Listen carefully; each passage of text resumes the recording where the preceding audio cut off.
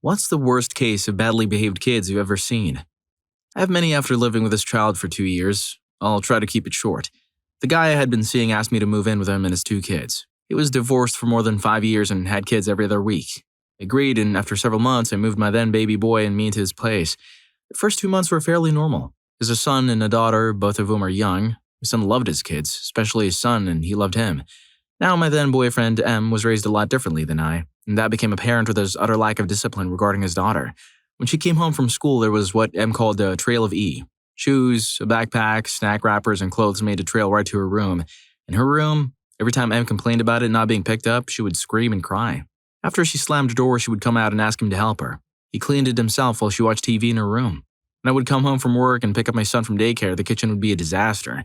Milk is left out on the counter with crumbs everywhere. There is so much more, but I want to get to the worst of it. Eventually, her mom would relapse into a benzo coma, and the kids would call from her place and say, "Mama's acting weird and making her lunches at 12:30 in the morning." Em filed for emergency full custody, and the kids were with us full time. Em got them into counseling, but only once every other month because it stressed out E too much. Her behavior became worse. From the beginning, she would get out of bed and come into her room maybe twice a night. After she would get off the phone with her mom or supervised visitation, she would come in between 6 and 10 times per night. On more than one occasion, she would swing her door open while we were doing stuff. This was too much for me. I asked Em to sit down with all of us. The next day we tried, but she screamed, slammed, and broke her door frame. Em said it was because of her tonsils and that she would be better after surgery. That was also his excuse for her being out of school for 45 days of the year and also why she was failing math. I offered to help her. I sat down with her after dinner one night and she brought her homework packet. I read it over and told her, "Okay, get started, and if you get stuck, I'll help you." She started doodling on her homework sheet and then said, "Well, my dad just does the work on another piece of paper and I copy it. That's how I learn." I told her that's not how any teacher I know expects their students to learn. She called me a witch and went into her room and slammed the door. After many other incidents, I decided it was best for not only myself but also my son that I move out. While I was packing, Em asked me if I had seen either of our phone chargers, which we always had on the end table. They were missing. I said I would look for them tomorrow. Em said he would ask the kids. The next day I was finishing packing and cleaning the condo. While I was picking up E's clothes, there were our chargers. I don't know if it was just the stress of everything, but I lost it. I called Em at work and he said he would sit down and talk about this, especially since when he dropped E off at school. Oh, and I forgot to mention that we lived 2 blocks from the school, on the same side of the street, but he had to drive her and drop her off. The principal pulled him aside and asked why E didn't do her homework packet she was given to make up while she spent the week sick at home. Never too sick to go to the mall or play outside with friends. E told Em that she never received it. Em told the principal this, and she informed Em that she gave it to her personally. E started crying, apparently, and said she was again too sick to go to class. This time, Em made her go. When everyone was home, he asked E and me to sit at the table. He asked her why she took her phone chargers. Out come the waterworks. "I didn't. And why was she in my room? That's my room. My stuff." Em replied that if she kept her room clean, nobody would have to pick up her stuff. He again asked why she took the chargers. "They're just phone chargers, Dad. Why are you doing this?" Em answered, "I asked you if you took them and you said you didn't. I think you misspoke. I didn't say anything during the exchange. I couldn't even say lied. As I was putting my things in my truck, I saw E walking out with a friend. He had given her $100 to shop at the mall because he made her upset. I just hope to God she's not dating this guy anymore." Story 2. I felt bad for this kid, even at the time, because there was no way in hell he was given a fair or even adequate start in life. When I was young, I went to visit a classmate in town. I lived in the country. They were a poor family, with a house in disrepair, long grass, and a broken car in the garage. They were nice enough people, and they let us watch TV all day and eat chips, so I wasn't going to complain. People were always coming and going. One day, a family friend stopped by and brought her 7-year-old son. This kid was by far the worst-behaved little wretch I ever saw. The mother made no attempt to control him, discipline him, or enforce any kind of rule. He ran around the house screaming, grabbed things out of people's hands, hit people, tried to kick your legs, threw massive tantrums over every little thing. It was just a total jerk. What dawned on me was that he didn't appear to want to misbehave like this. It almost seemed like he was having a big struggle in his head about how to act all the time. He seemed to be venting his emotions. I asked his mother why he was like that, and she replied, "His father hurts him when he stays there and is super strict, and I don't know what to do with him." This kid was going from one extreme to the other with no communication or consistency, and no one gave a damn to try and change the situation. He didn't seem like a budding psychopath, more that his mental and emotional needs were not being met at an even basic level. His mother wanted the welfare money, and his father was an angry drunk. End of story. Unfortunately, he was also now in a phase where he would pinch people. It hurt like hell, so I pinched him back. He ran off and cried. I didn't know what else to do. When he tried it again, I caught him and told him to bugger off. He seemed genuinely hurt that I was sending him away. I'm pretty sure most of his behavior was a way to try to get attention. Story 3. I work at this daycare where we basically watch elementary school kids after school. It's mostly for parents that work all day or are far away, but there are a lot of parents that misuse the fact that a program like this is around and just kind of dump their kids on us. It's kind of sad, but I digress. We weren't their actual teachers, and most of us were under 21, so we put up with a lot of disrespect. This boy, though, was by far the worst. Number one, this boy's now in 6th grade. It was extremely troublesome. Within my first month of working there, he came up to me and would start saying really outwardly dirty things. When my boss and I talked to him about it, he called me a liar and completely denied it. When one of my coworkers finally overheard it and finally called this boy on it, he tried to charge my coworker and make a run for it. Later that year, during a snack, he threw a cup of water and chocolate pudding in this girl's face. When we had a talk with him about it, his response was, "She deserved it for being fat," and he refused to apologize to her. The worst part was that this girl started bawling because she was being pretty severely tormented in school before the aftercare program, and he sat there smirking, proud of himself for making her cry. He threw a basketball at a 1st grader, nearly injured him, and then tried to do it again because he was disappointed that this little kid didn't need surgery. We couldn't do anything besides talk to him about it because there are so many rules and regulations for us. We did try to expel him, but his father was a certain color and accused us of being prejudiced and threatened to sue us because there was no reason that we were trying to kick his son out, despite us talking to his father on multiple occasions prior to that incident about his son's behavior. Ridiculous. What separates this boy from all the other troublemakers, though, is that when we called those troublemakers out, they would immediately apologize, and you could tell that they genuinely felt bad for acting the way they did.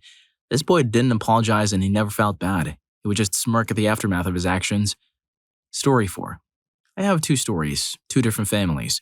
The constant in both of these stories is crappy parenting. I was neighbors with them at different points in my life. The first family was a mother in her early 30s, 2 daughters and a son.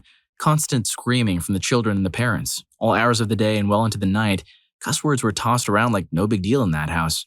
I remember the one daughter calling her mother a fat freak, among other things. She would throw tantrums at her mother and siblings. One time the mother had to physically restrain the kid on the ground while she shrieked like a banshee. The other daughter would throw toads into trash cans and hurt them with flashlights, and one time I caught her putting a kitten into a porta potty and closing the door. I let it out, of course. All 3 of the kids would destroy property, draw on their neighbors' doors, etc. They were terrible. Second family, a mother in her late 30s or early 40s and 2 young daughters. Again, screaming all the time. They were on thin ice because they weren't going to school. The kids would break into neighbors' homes, destroy whatever they could get their hands on, steal other kids' toys, etc., etc. One time they knocked on my door. Their mother always sent them over to ask me for smoke, and I didn't answer, but I looked out the peephole and saw them pick up a brick and heard them talking about throwing it at my door. They didn't, thankfully. The first time I encountered these kids, it was midnight, and I heard some voices outside yelling, catch it, end it!" And when I looked outside, I saw the girls chasing a poor little toad. We had a lot of those where I lived, so I tore out of my house like a psycho, bellowing, "Where is your mother?" And they ran off. I hate those kids, and I hate their poor excuse of a mother even more. Story 5. I'll preface this by saying that I'm now a parent, but even acknowledging the difficulties of parenthood, this was bad. I'll also add that this is the worst I've personally seen. We went to a restaurant, 2 parents, another adult, and 2 very small kids. The parents ate calmly while the kids got down and began running around the restaurant, nearly knocking to servers, who politely tried to direct them back to their seats. Then the kids were crawling around, including under nearby tables. I ignored the youngest, who crawled to our table in hopes he'd leave. They were yelling most of the time. Eventually, the youngest fell and got hurt. Parents quickly tended to him, then ignored him again, and it got to the point that both kids climbed into the chairs. The bigger one started jumping up and down while yelling and then started trying to get onto the table. This was the point that I finally blurted out, "Are you serious?" This went on for 10 to 15 minutes. The parents, now done, asked for boxes and calmly went about their way, leaving. I have a kid pushing 2. I'll go to a restaurant with him if I'm with other people. If I can't quickly calm him, one of us takes him to the car while the other gets the bill and boxes. That's the reality of having kids. It's important to try and teach table manners, but that doesn't mean ignoring your children while you go about eating to the detriment of other diners. If it's been more than a few minutes of attempting to soothe the kid and they've become that much of a nuisance, it's time to go, in my opinion. Story 6. My girlfriend's brother. Every single sentence that leaves his mouth leaves me thinking, if I said that, my mom would get mad. He's the epitome of that kid who was raised on the internet to the point of being the autism spectrum. All he does all day is either watch Leafy videos, try to watch this without laughing videos, play Call of Duty while screaming, or make as much noise around the house as possible. Anytime we watch a movie at her house, he walks into the living room and starts playing basketball on a small door hanging goal that he sets up, literally jumping and slamming the ball, making tons of noise while we sit there begging him to stop. He gets literally everything he wants by manipulating the parents. If his mom doesn't give him what he wants, he stays at his dad's for a few weeks while the dad talks about how crappy of a parent the mom is and vice versa. The grandparents think he's a saint and buy him anything despite how rude he is, all while completely ignoring my girlfriend, treating her like crap, not helping her with jobs, college, cars, etc. He runs around the house screaming and fakes laughing constantly. His Instagram posts consist of him stealing my girlfriend's nail polish and pinning it on him to make it look like he's hurt so people give him attention. One time they got a new dog and it was a tiny little chihuahua. While he was holding it, he started screaming and I asked him to please stop because he was hurting its ears. As an animal lover, I literally lost control of myself and smacked him. Luckily, no one saw, and I think he was so surprised that someone in his life disciplined him that he never told me. As a fellow animal lover, I'd high-five this dude if I were there. I know I've been enjoying our time so far, so if you're like me, like and subscribe for more amusing, too wild to be true stories. Story 7. My brother married a woman who had a son from a previous marriage. It was the first grandchild born, so his grandparents and mom spoiled him rotten. Like in your situation, they gave him presents everywhere they went. So one day he's with my brother and they stopped by my house. The boy was expecting a present, but I didn't have anything for him. He asked to play with this little figurine I had sitting on my desk. It was about 2 inches tall and was a cartoon caricature of Mario Lemieux. I don't have a problem letting him play with it, and then asks if he can have it when they were leaving. I say no, he pouts, but I still say no. Over the next few times they visit, he plays with the toy and asks if he can have it. Finally, I told him to stop asking. He can't have it, and I'm not going to change my mind. So that was when he slipped into his pocket and stole it. He was about 10 at the time, so he knew he was doing something wrong. Later that day, I realized it was gone and called my brother. He found it in the kid's room. He was mad, but his wife, who never punishes the kid no matter what he does, blew it off and said, "I'm sure he just forgot." Interestingly enough, that kid is now 23. Has been arrested at least half a dozen times, can't hold a job, and has pissed off pretty much every family member so badly they want nothing to do with him. Story 8. I was working the fitting rooms during a summer retail job right after graduating high school, and a young girl brought in a bunch of women's swimwear to try on. The suits were going to be way too big on her, but whatever, I don't care. She's in the fitting room for a good 20 to 30 minutes, so I knock on the door to check on her, and she rolls on the floor from beneath the locked door and runs out of the fitting rooms. Odd, but it's retail, so again, whatever. Kids are kids. I used my key to open the door, and the girl had taken a crap in almost all the bathing suit bottoms and then smeared one of the dirty bikini bottoms in the mirror. She also whizzed in a corner. After gagging for a good minute, I told my coworker we had another crappy incident in the fitting room. There had been multiple in the 3 months I worked there, and described the kid so everyone could be on the lookout for her.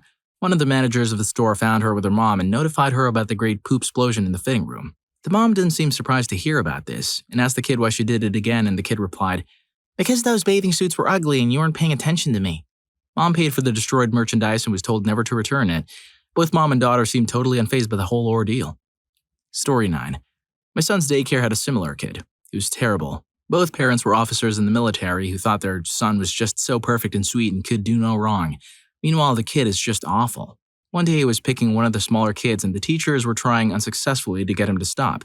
My son was nearby. My son and the kid were the same age, but my son was a tiny little kid in the size comparison. And my son turned around and charged at him. Teachers closed ranks. No less than 8 teachers were trying to calm this kid down when it happened and all supported the claim that he slipped and fell off the playground equipment while picking on a small child. And all swore up and down that his claims that my kid hurt him were 100% false. The parents were so upset that their darling and sweet child was injured that they never brought him back. My son was a hero. I high-fived him when I found out. For the record, we were never supportive of him being an instigator in fights, but always said he had the right and duty to protect himself, protect others who could not protect themselves, and stand up for his little brother. Those were our fighting rules. Story 10. I went to Chuck E. Cheese about 10 years ago with my family. We were really poor, so it wasn't exactly something we could afford to do all the time. I was 19 at the time and I had my little sister with me. She loved, as did I, the Jurassic Park game, which is an arcade shooter where you sit in a car that bounces around. So I put in my last tokens and let her play. I know she won't last long, but she still loves it. And these 2 little kids, who were a bit older than her, came up and literally sat in the car and pushed her out of it, then started playing her turn. I was like, what the hell? And was about to say something only to see the kids' parents literally sitting right there pointing and laughing and encouraging them. Of course, I was a super awkward teenager and was afraid to say anything, and also didn't want to be accused of prejudice. Not that I know for a fact that they would have, but I didn't want to risk it. So my sister and I just sulked away. Later, I saw the same kids doing the same things to other people, going up and taking over the games as soon as other kids put their tokens in. Ridiculous. Story 11. The worst I ever saw was when I went with a couple of people over to a coworker's house for a barbecue.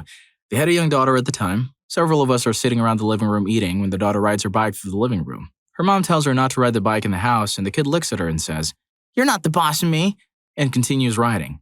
The mom did nothing about it. About a half hour later, the kid wanted Oreo cookies. Her mom said no, it was almost bedtime, so she wasn't going to have cookies. The kid screams at the top of her lungs. I want Oreos right freaking now! The mom stood up, went to the kitchen, and got the kid Oreos. We were all looking at each other like we couldn't believe what we were seeing. This was on a Friday after work. On Monday at work, someone asked him what was up with his daughter behaving like that, and he just said, "Oh, she's high-strung." Story 12. My step-siblings. One is 25 and the other is 32. The 25-year-old stopped going to school in 4th grade. My stepmom got his GED for him years later, and he has never had a job, any job, in his life. He legit just steals money from my dad and stepmom, smokes, and drinks all day. 32-year-old got married and is a stay-at-home mom to a husband who makes $12 an hour. Not to mock that salary, but they drive nice cars, have a house, and get cosmetic surgery in their salary. How, you ask? They get my dad to shell out thousands of dollars a month to supplement their income, i.e. support them, or else they won't allow my stepmother to see her grandkids. If you were to ask my stepmother, she legitimately believes she's making it all on her own. Oh, and she's never held a job either. I absolutely despise them both. I know some of these stories will live in my head rent-free. If you're ready to take it up a notch, watch The Child Who Is Not Embraced by the Village Will Burn It Down to Feel the Warmth, for some heartbreaking narratives, especially Story 1. See you there.